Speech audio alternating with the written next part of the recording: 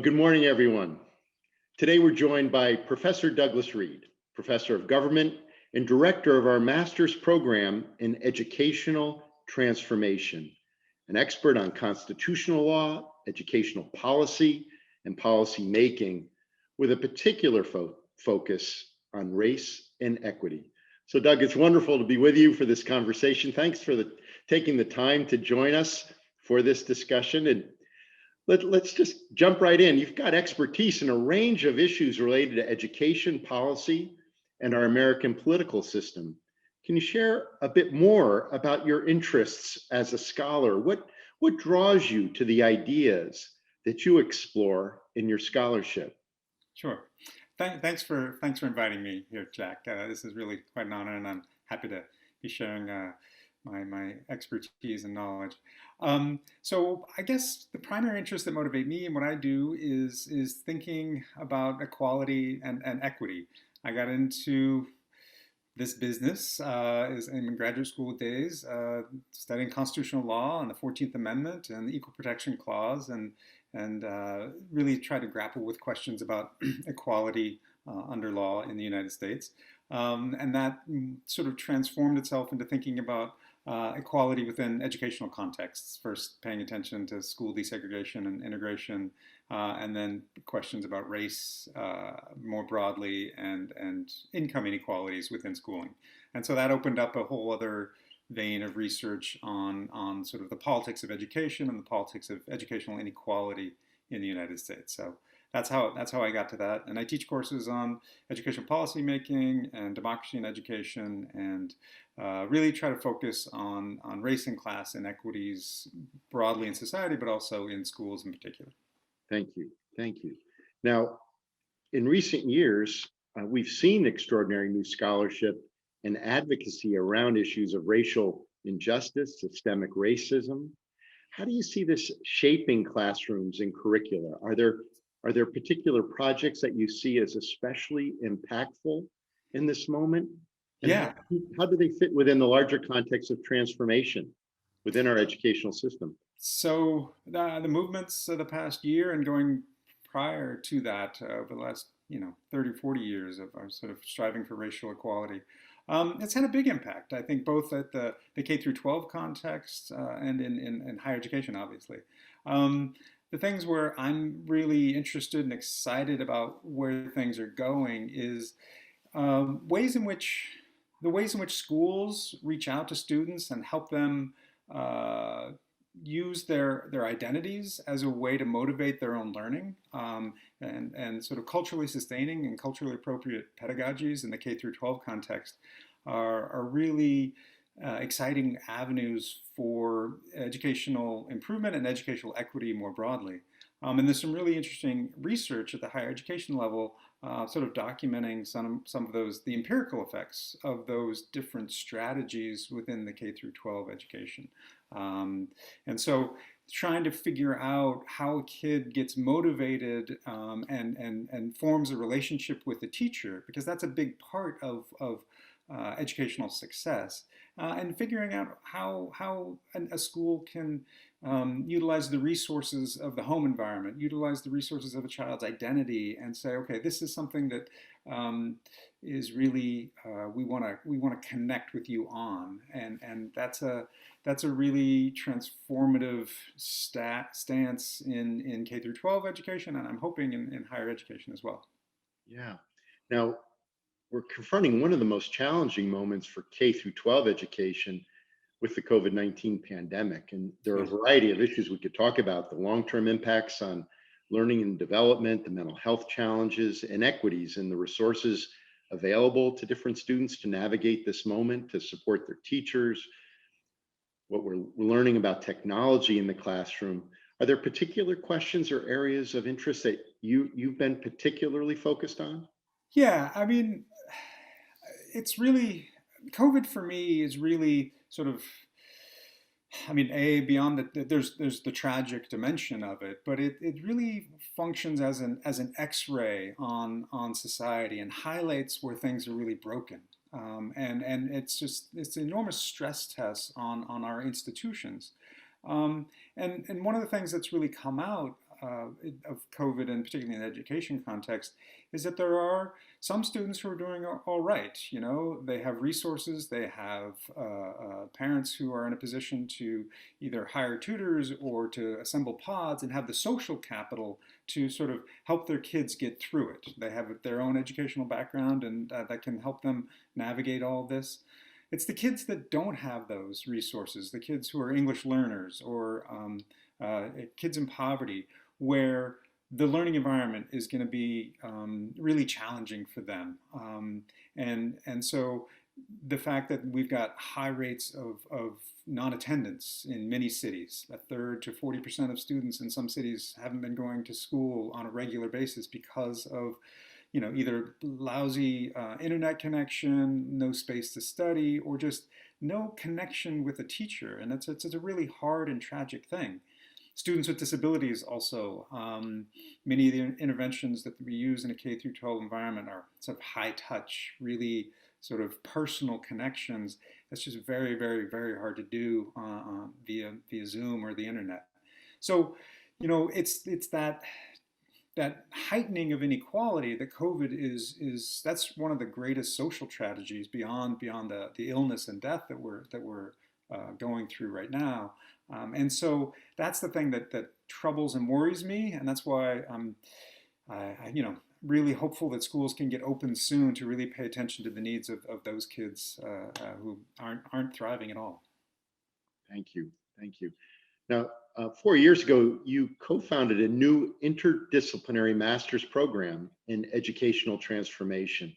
Can you talk about the ideas behind this program and the most interesting aspects that have emerged over these past years? So, yeah, we founded this 2017.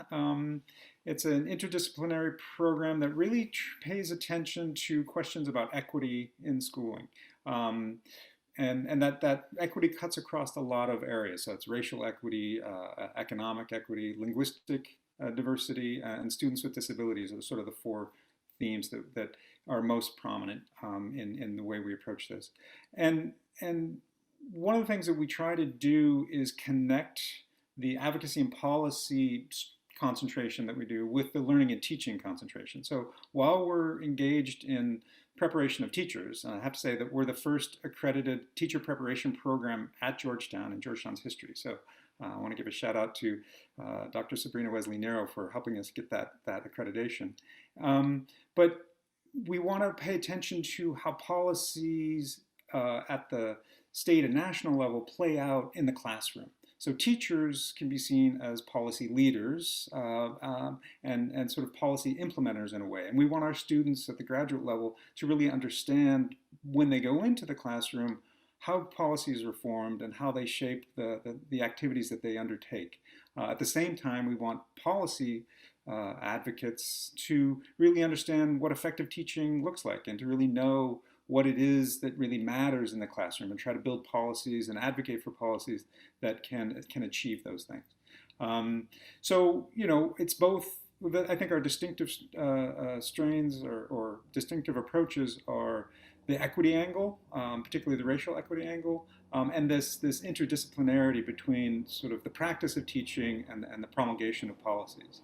One of the things that's really been really gratifying for me is because we pay explicit attention to race and how that structures educational opportunity. A good chunk of our graduate students who are coming in are students of color themselves. And so we have anywhere from 40 to 50% of our master's students in our program are students of color, which is really transforming higher education at the same time that we're talking about transformation of K through 12. So it's a two-way street here, and I'm really gratified to see that in operation. Thank you for your exceptional leadership and organizing, putting this together, getting this launched, and leading it. Thank you for the university's support. It's hard to launch new things, but it's quite fun and it's gratifying. So. Now, among the courses you're teaching this semester, democracy and education. It's hard to imagine a course more relevant to this moment. Could you talk about the structure of the class and some of the key ideas you hope to explore with your students? Sure. So the structure of the class is undergoing revision because of the events of January 6th. So Classes start tomorrow, and I'm still figuring out what parts are going to be on that syllabus. One of the things that obviously. Uh, Questions about democracy have been long running, but over the last few years, it's been harder and harder to sort of unequivocally sort of recognize that maybe everyone in our society doesn't feel democracy is such a great thing. So that we can't assume that there's this broad attachment to democracy. So we have to pay attention to where that comes from, right? And what is it that leads folks to either move away from democratic attachments or towards democratic attachments. And education is a big part of that. Public education is perhaps one of the most democratic institutions in American society. We have a wide range of folks go through the public education system. And as there are increasing attacks or scaling back or declining commitments in public education, what does that do to the democratic ethos that we have within our civil society? So we pay attention to that. We pay attention to notions of civic education, right? And what do people know about politics, and what do they know about what it means to be in a democracy. And we also pay attention to, when you organize a democratic politics, how does that educate you, right? So how does it change you to be part of a social movement? So we look at the civil rights movement, we're going to look at Black Lives Matter movement and see how communities and individuals change as a result of their own political participation in terms of their understanding of the world. And then we also look at what does it mean for democratic education for students, and especially in higher education, for students to sort of set, well, this is what I want to study, right? And sort of have not so much the sage on the stage, but what does it mean for communities to say, this is what we think should be the body of knowledge that we want to produce. So there's a lot of different angles to go at, and I'm very much looking forward to the class this semester. And even though it's a little bit in flux. Oh, one other thing I have to say about this class is, as part of that last bit, I asked the students to really lead a good chunk of the course, right? So they are responsible for the presentations in a democratic fashion to kind of model that, taking ownership of all this. We lay out the themes and the readings and everything, but then they are responsible for some of those presentations. And usually in class, when we're in person, we also have a 5-minute break, because it's a 2.5-hour, 10-minute break. It's a 2.5-hour class. And we usually have students bring food, but we can't do that this time. But we'll have a snack break in the middle of class. Sounds great. Sounds great. It's a good class. It's one of my favorite classes to teach at Georgetown. Oh, that's great. Well, I can't thank you enough for taking this time to be with us. Is there a message that you'd want to share with everyone as we begin the spring semester? There's so many things. Be safe. Well, I guess one of the things that, as to folks who are out there working with kids and also who have their own college students, sort of Georgetown's mantra of educating the whole person, I think right now is more salient than ever. We're all experiencing hardship and heartache, and so paying attention to not just the GPA and not just the written work in a class, but how everyone is doing is a good part of what we need to do now. So that would be my message. Thank you, Doug. Thank you again for taking this time to be with us and to share your work to expand equity and justice through education. We're grateful to have you as a member of our community, for your leadership, your service. It's great to be with you. I look forward to being with all of you again soon. Take care of yourselves and take care of everyone around you. For every Hoya, everywhere.